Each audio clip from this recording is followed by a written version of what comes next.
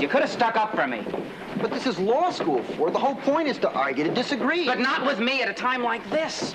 Horner versus Great Canadian was decided by your great-great-grandfather, Judge Ford. He's coming to class? We'd like you to run. Oh, I'm flattered, really. How did you find out? Find out? Find out what? That I'm running. Not until I am through. You are through now. The study of law is something new and unfamiliar to most of you, unlike any other schooling that you have ever known before.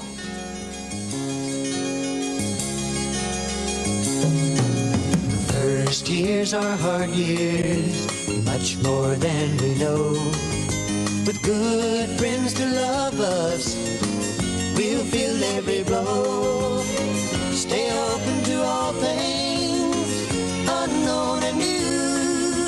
And one day, we'll all say, hey, look, we've come through. Hey, look, we've come through. And one day, we'll all say, hey, look, we've come through the first years.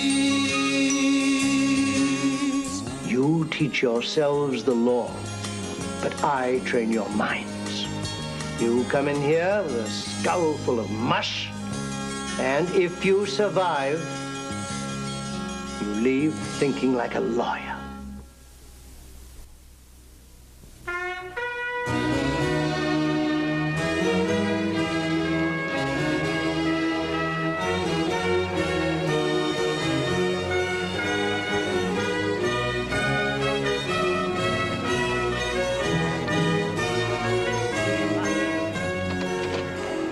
Hey, there you are. Come on.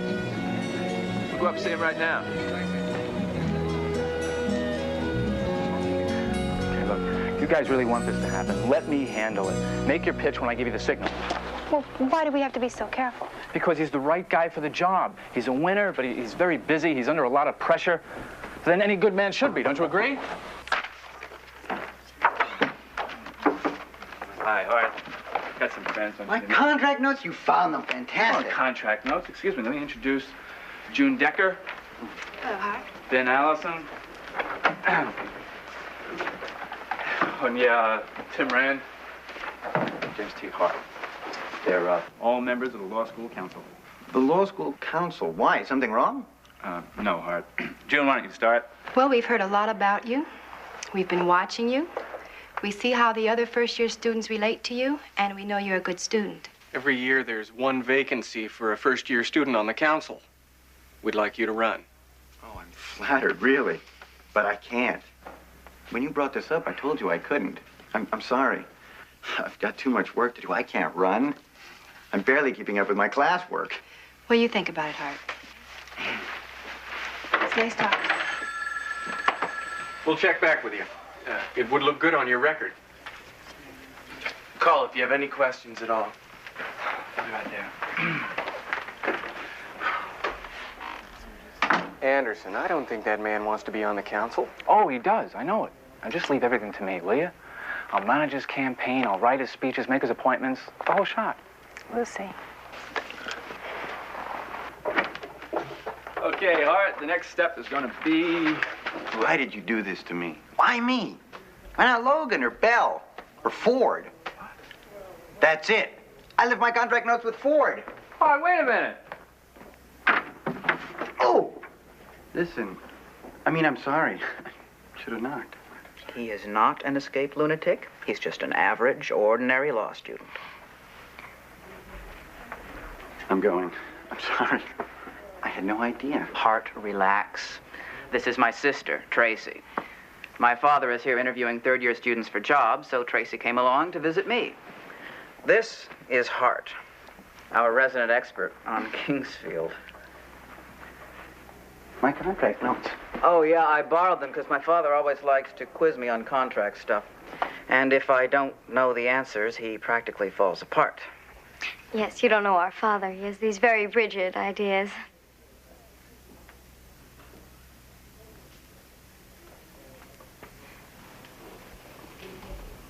Good to meet you. You're going to be okay. Just keep your mouth shut and sit in the back row. All right. And whatever you do, don't raise your hand. Even to scratch your head. He might call on you. All right. You know, Daddy's coming to the class, too. He's coming to class? Why didn't you tell me? I thought he was busy interviewing the 3 Ls for jobs. Got one of his junior partners to fill in for him. He wants to see you in class. I do not want him to come. Kingsfield is bad enough. Ford, I hear your dad is here. I think I saw him. Look, he can help me. I'd like to get a job with James and Ford for the summer. Oh, well, come on. Your father's the senior partner. You can put a word in. You can get me an interview, Ford. They don't hire first-year students for summer jobs. They can if they want to. I mean, they're so big. Those big Wall Street law firms can do anything they want. And the pay. Now, leave him alone. You have your own entree to Mr. Ford. Your father's one of his biggest clients, isn't it? So what? I'm not going to trade on my father's relationship with him. I don't have to. I got my own way of doing things. Come on, Tracy, let's get out of here. I got to get my mind together before class. Come on, Ford. Ford. Give a break, will you?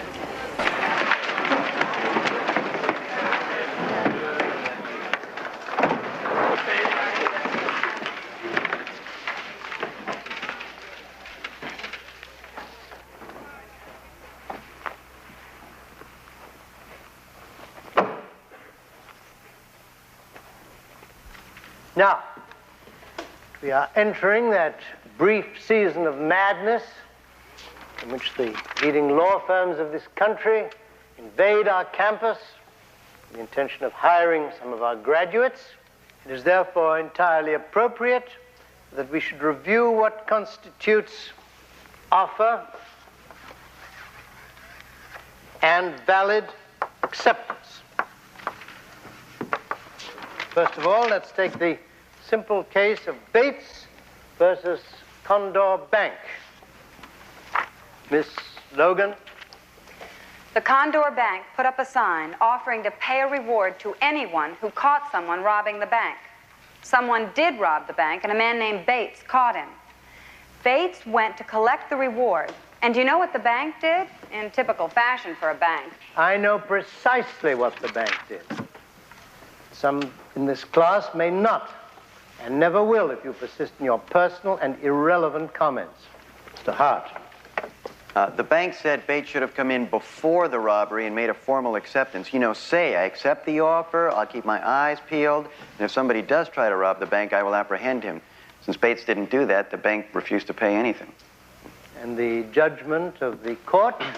It held that by the terms of the reward offer, the act of acceptance was in the capture of the criminal himself.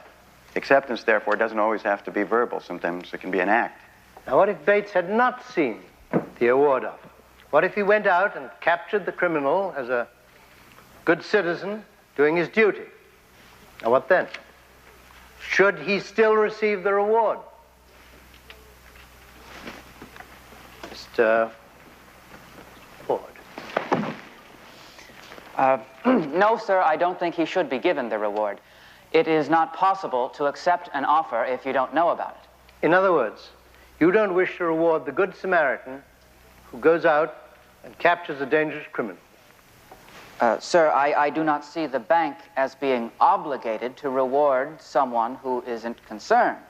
In other words, you see contract law as representing a society in which only those who do things for money or for selfish gain should receive a reward. Is that it? No, sir, that is not what I mean. But what precisely do you mean, Mr. Ford? Mr. Hart? I think the issue here is whether reward contracts constitutes a special form of offer and acceptance. Obviously, society is interested in stopping crime, and reward contracts raise fundamental issues in our society.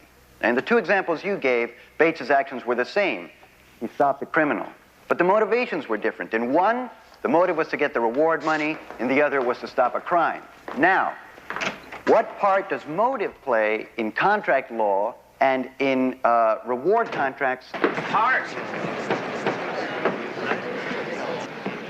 You knew my father was here. You could have agreed with me. You could have supported my answer. I didn't know he was here. You saw my sister. Who'd you think that was with her? A 60-year-old boyfriend? Ford, I don't notice anything except Kingsville in this class. That issue could have been argued both ways. You could have stuck up for me. But this is law school, Ford. The whole point is to argue, to disagree. But not with me at a time like this. Come on, Ford. Relax, relax. Walk with me to the library. You go your way. I'm going mine.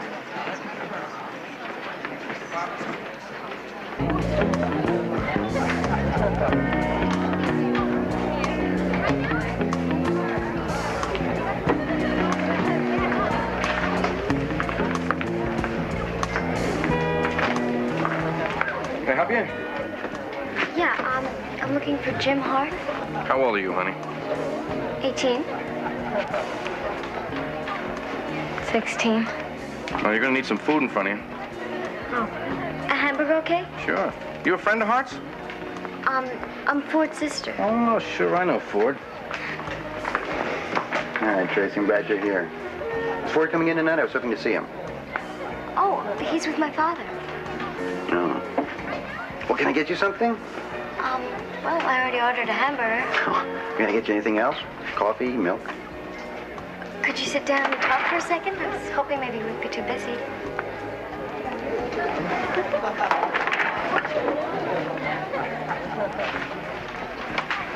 Ford talks a lot about you. He really likes you. So, what's it like coming from a farm? Oh, it's really nice. Minnesota's beautiful. It isn't just the farm. It's the whole way of life. It's wonderful. Must be nice. Tracy, is Ford okay? How do you mean? Well, do you know what happened after class today? Yeah, I know he hassled you, but he really does like you. He feels he has to keep up with this great holy tradition of the Fords. I mean, how do you think I feel? He's my father, too. Well, at least you're not in law school. You don't have this pressure. I have other pressures. I get your chow.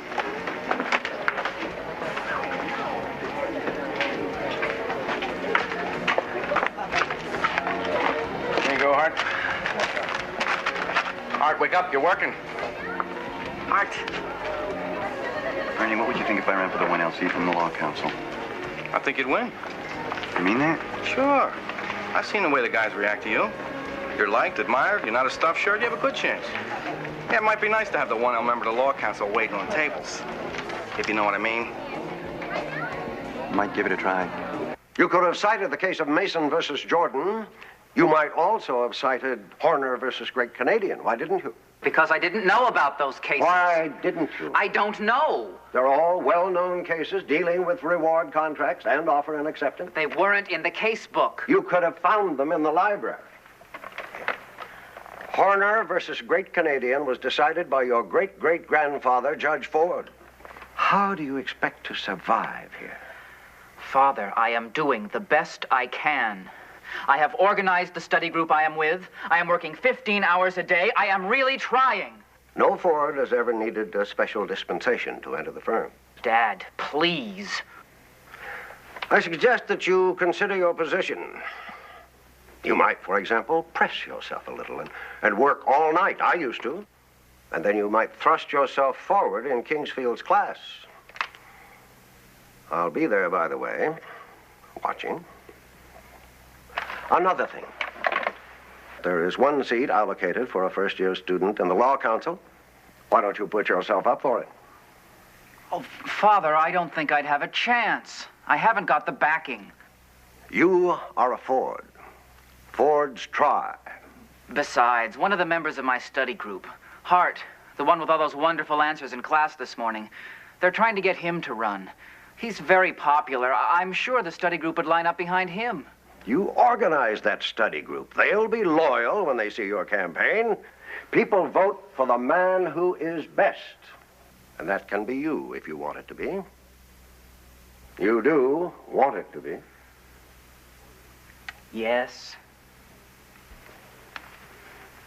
Good.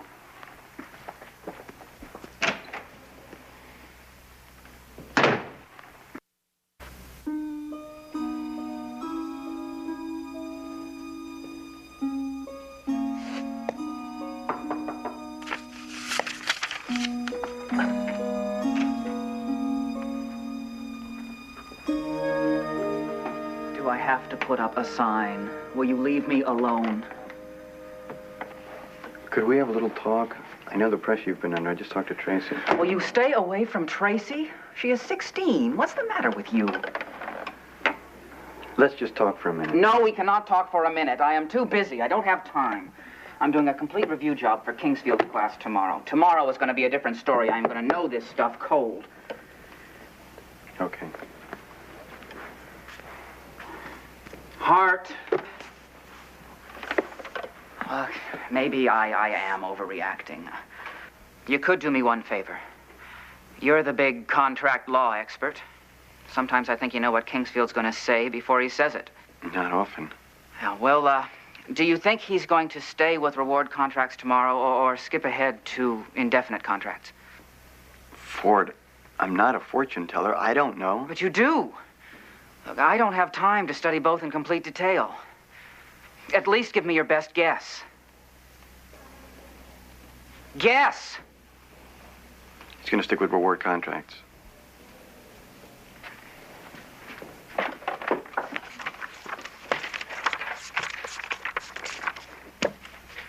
Now, before we leave the subject of reward contracts, a summary is in order.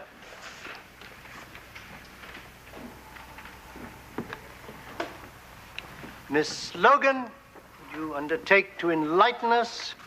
In reward cases, the law stretches its doctrine of offer and acceptance to achieve something very important socially. Rewarding a person... Mr. Ford, since you seem intent upon making noise, perhaps you'd better make it with your mouth rather than with your hands. I shall now give you that opportunity. Since we're about to consider indefinite contracts, would you please elaborate on the case of Watkins versus Deutscher? Watkins? Page 418, Mr. Ford.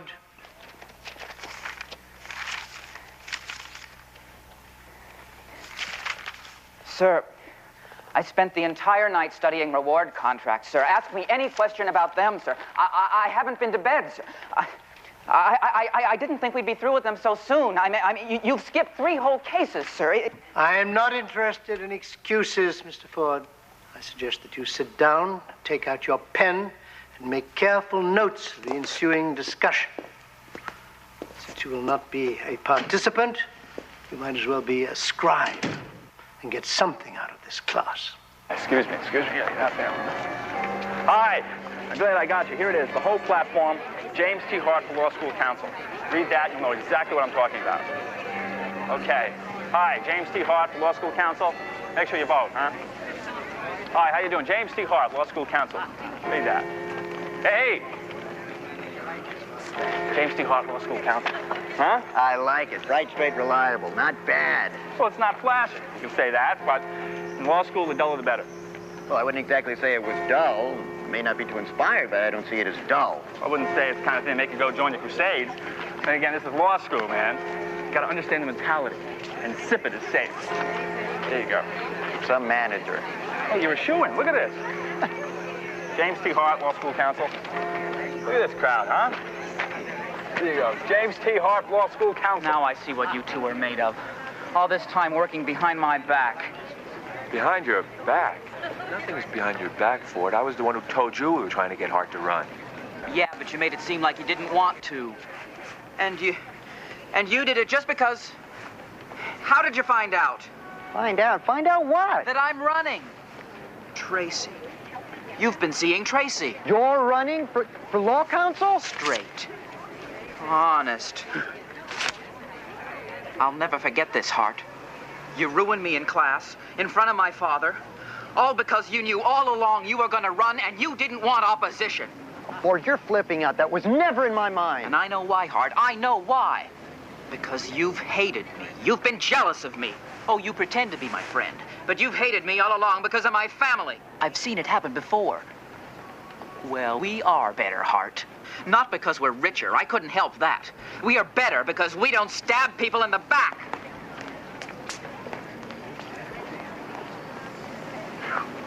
Now, if I didn't know better, I'd say the boy's becoming unhinged. Is Professor Kingsfield in? Mr. Ford, I hope you found some good people for your law firm. I asked you if he was in. Oh, yes, sir. I'll see if...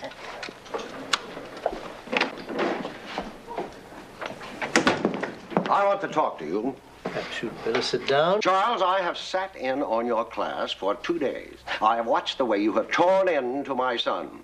Now, the Fords have made some significant contributions to this school. Yes, I recall an excellent piece you wrote when you were on Law Review about rotating remainders. You are going after him the way you used to go after me. You have singled him out. You're making a mockery of him in front of the class.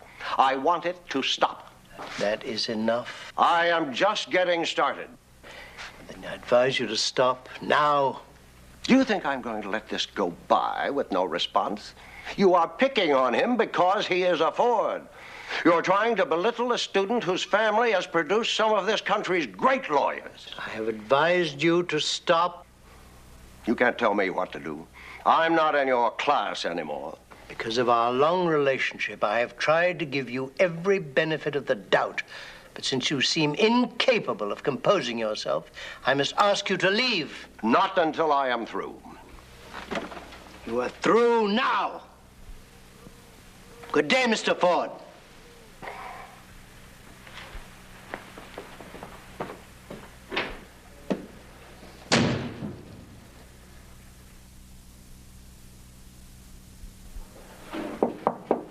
Come in.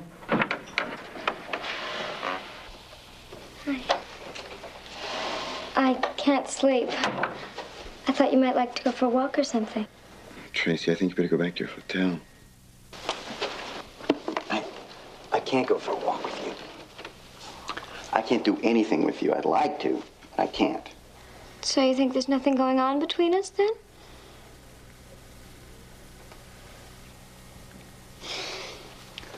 Why'd you change your mind? Because you're too young and I'm too old.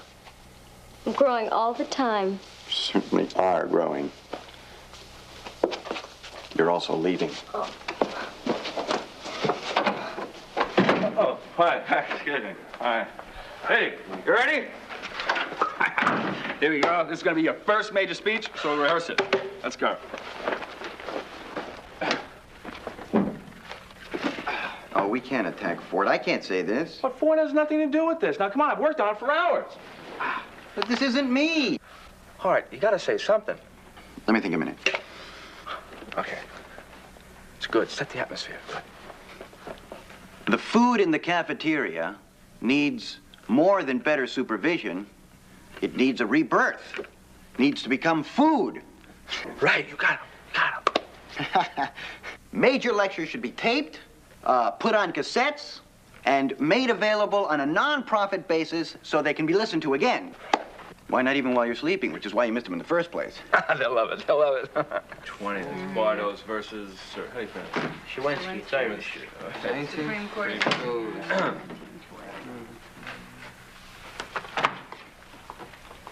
I have been writing campaign platforms that I think will have a lot of meaning for this school, and I expect your support. What is important is making this school better, not running some popularity contest. Now, I know you are all behind Hart, but I'm calling a debt. I want your allegiance. I formed this study group. It has to support me. You don't get support by demanding it, Ford. Sometimes that's the only way you can get it. Well, that's the most honest thing I've ever heard you say. All right. Where does everybody stand? Anderson. I'm Hart's campaign manager. I want your vote anyway. I can't. Bell? I'm voting for Hart. Jonathan. I happen to like Hart's platform, Ford. I don't even know yours. It's being developed. Logan. Ford, I can't. I'm voting for Hart. Why? Because I believe he'll be better for the job than you are. I'll be honest with you, Ford. I think he's more objective, closer to his feelings, and I think he has a more open mind. Closer to his feelings? Are you telling me I am not close to my feelings? That I am not emotional? I don't feel things?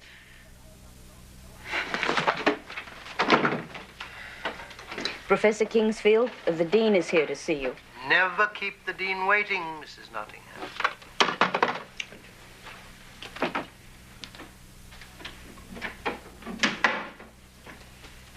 Well, Charles, I lose these arguments every time I make them.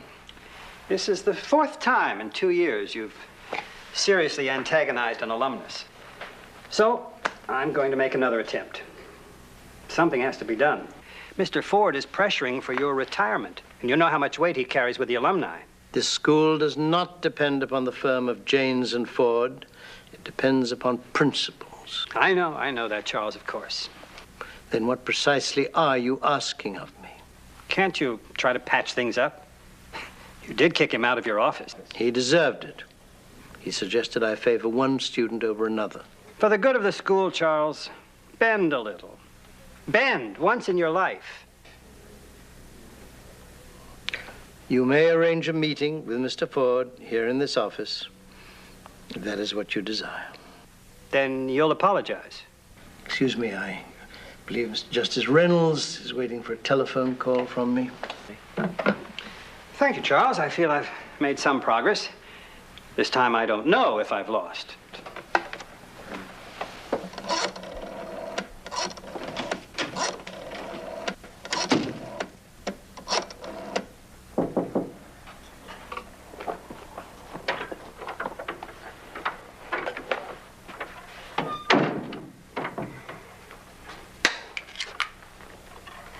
Didn't see you at dinner. Thought you might like some dessert.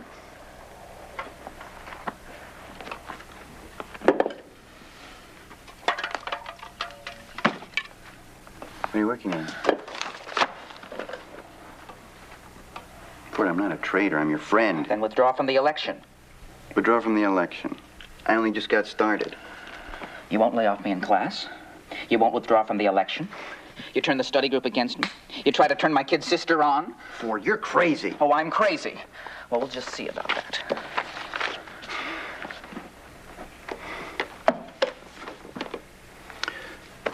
You're a nice guy. I'd rather be in your study group than any on campus. You've been an incredible help to me, not only in criminal law, throughout the whole semester. You know the ropes, you know the way the law school operates. It's in your blood. I listen to everything you say about law school. I want you to listen to something I have to say, okay? You're having rough going. People under that kind of pressure sometimes need support. Need someone to help take the heat off themselves. You are suggesting the campus psychiatrist. Forget it. I am running for national office someday. No one with a psychiatric record can ever win an important election. That is not going to happen to me. I'm going to fight this, Hart. I'm going to thrust myself forward without help from you or anyone. And now I am busy. Ford, listen. It is late, I am tired and busy, and I have important work.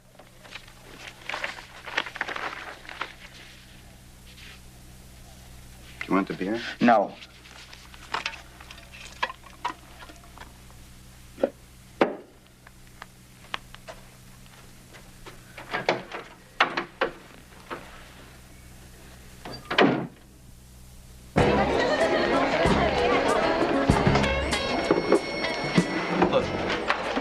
I heard you already took a job with the law firm in California. Now, why do you want an interview with Janes and Ford?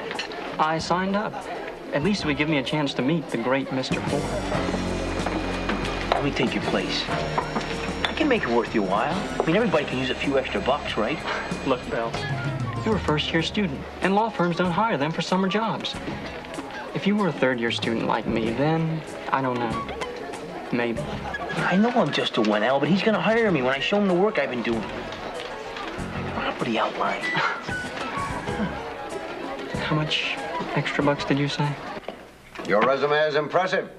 I think the firm would like a chance to investigate you further. You're invited for a formal visit to the firm, at our expense, of course. Thank you, sir. Thank you. Oh, on your way out, would you show the next gentleman in, please? Certainly. Let's see, your name is Mapes, is it not? I don't seem to have your resume. The name is Willis Bell, sir. I didn't have a chance to write up a resume, but I brought you my property outline. All 200 pages of it. It's a masterpiece. A third-year student taking property? Oh, I'm a first-year student, sir. I'm one of your son Franklin's best friends. Well, I mean, like, we do all sorts of things together. You'll hire me if you'll just look at the outline. Come on, start reading. Get into it. Please, calm down.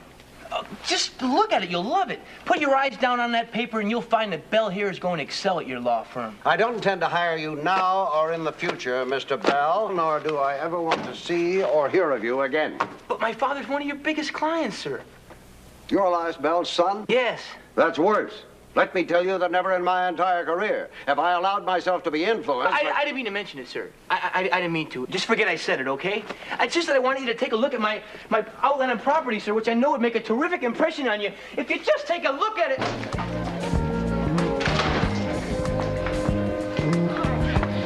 I just took a cab from the hotel. My brother's in his room, but he won't take any phone calls from me or from my father. That's not like him. I don't know, I'm worried. Will you go over there with me? See if I can get off. Ernie, I gotta check on Ford. I'm going with the sister. Okay, go ahead.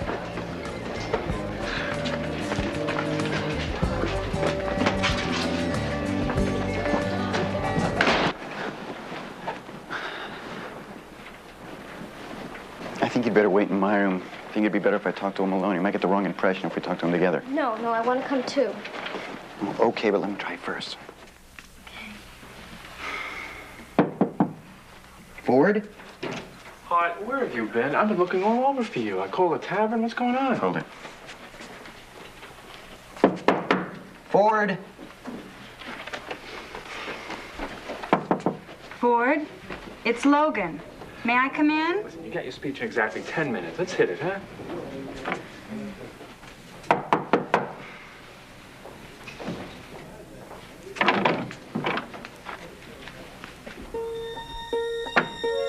Oh, what a mess. It's awful. Oh, brother, he really freaked out. Where do you think he could have gone? Let's see if we can find out. Your speech, Hart. Your election speech. You get it in 5 minutes. The whole law school's waiting. Give it yourself, Anderson.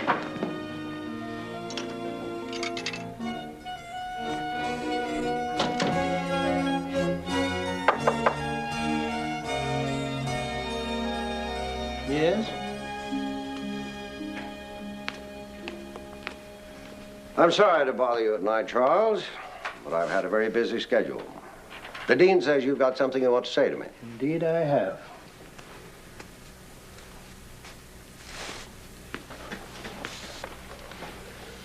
You don't have to apologize.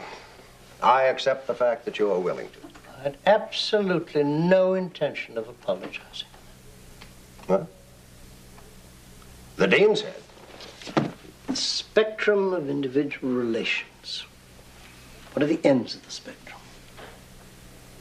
Are you trying to be Socratic with me? I'm not in your contract law class. You are the senior partner of Janes and Ford. You're one of the best lawyers in the country. And you don't recall the elements of contract law. Of course I can. All right. The spectrum of relationships. At each end of the spectrum, there are relationships that make it very difficult to form contracts. When the parties are hostile to each other and powerful, it is hard to get them to come to an agreement, like large countries trying to make treaties. These relationships cannot be handled under the normal rules. There must be flexibility. And at the other end of the spectrum? Intimate relationship. Example. Where are we going with this? Are you or are you not a great lawyer? Are you capable of sustaining a serious argument, or have you so far deteriorated? I have never been afraid of you, Charles, and I think you will find my mind has sharpened beyond yours. Good. It was like arrogance. Example. Family relationships. People have to get along. We want families to stay together. When one member tries to enforce his will upon another, it causes friction, tension. The family split up. Again and again, we find contract law cases where families try to draw up hard and fast rules, It never works. And when there is no formal contract, what then? Negotiation. And? Respect. One might also say affection. Good God, man, don't you realize what you're doing to that son of yours who has all the makings of a fine lawyer? You know the principles. I taught them to you years ago. Obey them now.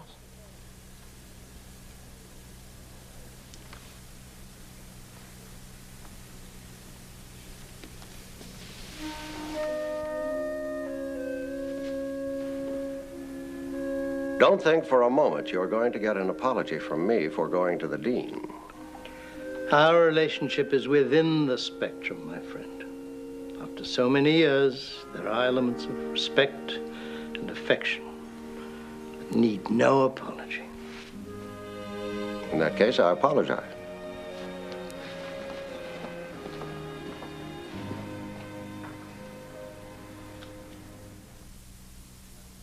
International Airlines, do you have a booking on any flight within the next couple of hours for Mr. Frank? No emergency admittances under that name? Sure, no one by that name. Could you has made a check for me reservation? one more time? I'd really appreciate it. All right, thank you. Okay. Thank you very much. You're sure?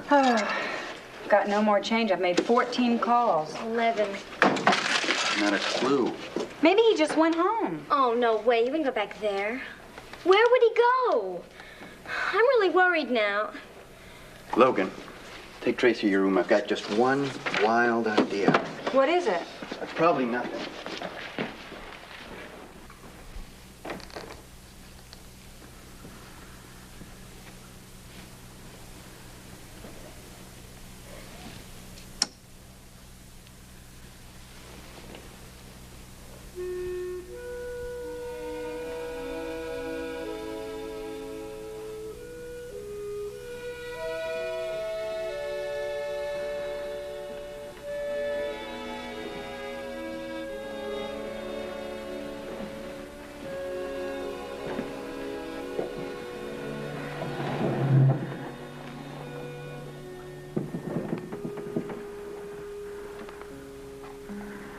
Seems to me you ought to be making your big speech about now, Hart.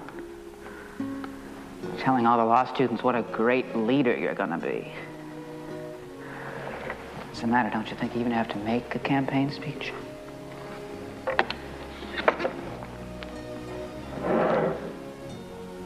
Yeah?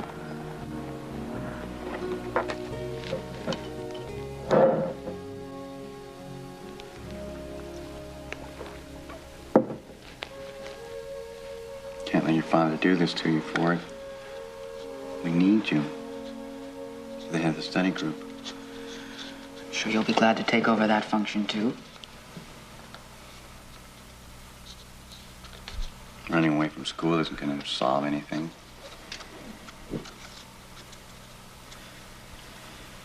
What do you see when you're in this classroom? You see Kingsfield, don't you? Sure, everybody does. But I have two Kingsfields.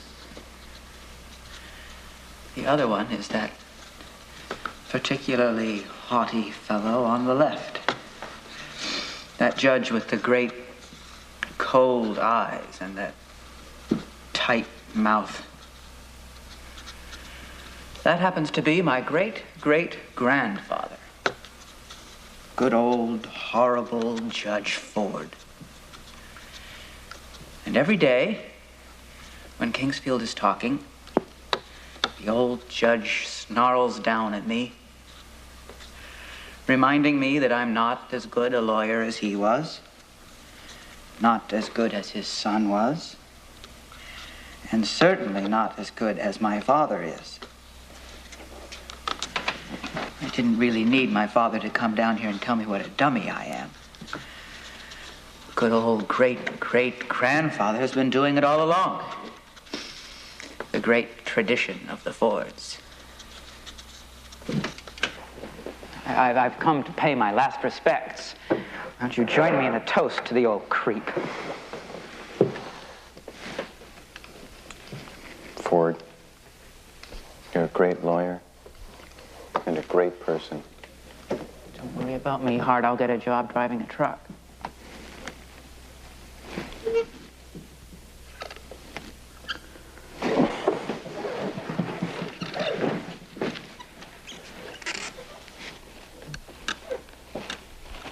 Forget about your family for a second.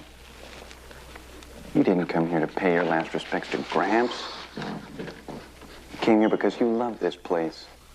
Before your father came, you were fine. Admit it, Ford. You love this law school. No, Hart, I hate it. And I hate my family, too. You got it, Gramps? You, too. Admit it, Ford. You love it. You wouldn't be here paying your last respects if you didn't love it. You don't want to go. Why don't you say what you really feel for the first time? I hate it. You love it. I hate it. You love it.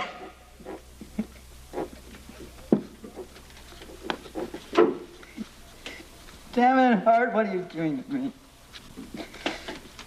You know I love it.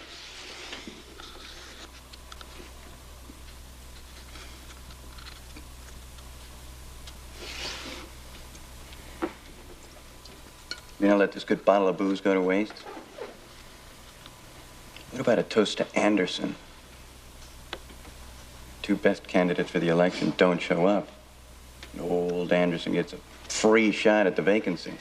I bet he's up there right now. And he's probably not making a fool of himself. Here's Joe Anderson.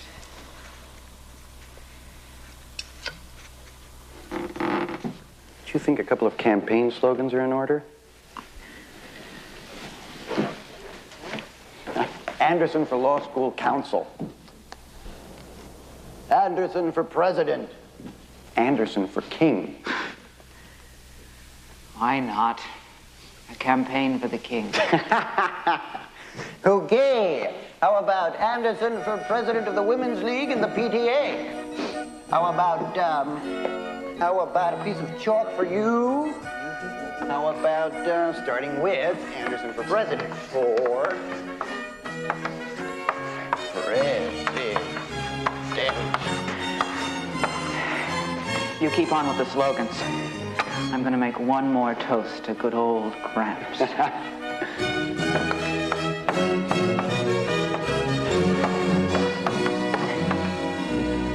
Professor Kingsfield, as a representative of the Law School Council, Mr. Kingsfield, as a representative to the Law School Council. Come on! Well, I guess I ought to offer my congratulations. Thank you. Thank you very much. Law school's in good hands. Don't worry about a thing. Well, you come off it, Anderson. You got elected because nobody showed up. Either Hart or Ford would have beaten you. I beg your pardon, but I'll have you know that I won the election by acclamation. They had to do it that way because you weren't nominated by petition. It was sheer luck, Anderson. I'll need good ideas to run the school. Talk with Kingsfield is definitely in order. I'm going to talk to him about new seminars, shorter, more frequent vacations, and the fundamental value of the Socratic method.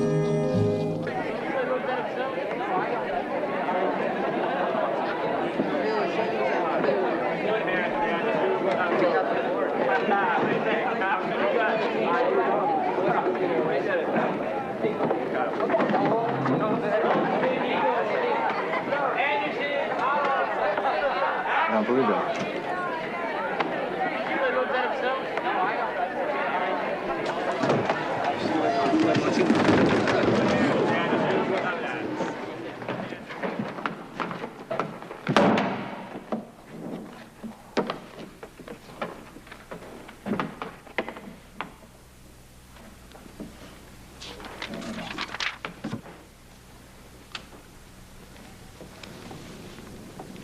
I see that my blackboard bears the name of the successful candidate in our recent election. Congratulations, Mr. Anderson, on a most impressive victory. Thank you, sir. Clean it. Excuse me, sir, but since you know the school so well, that I feel that at this time your help would be of a great deal of service to the first year's... Clean it, Mr. Anderson. make my blackboard as clean and empty as the vast and arid desert of your mind.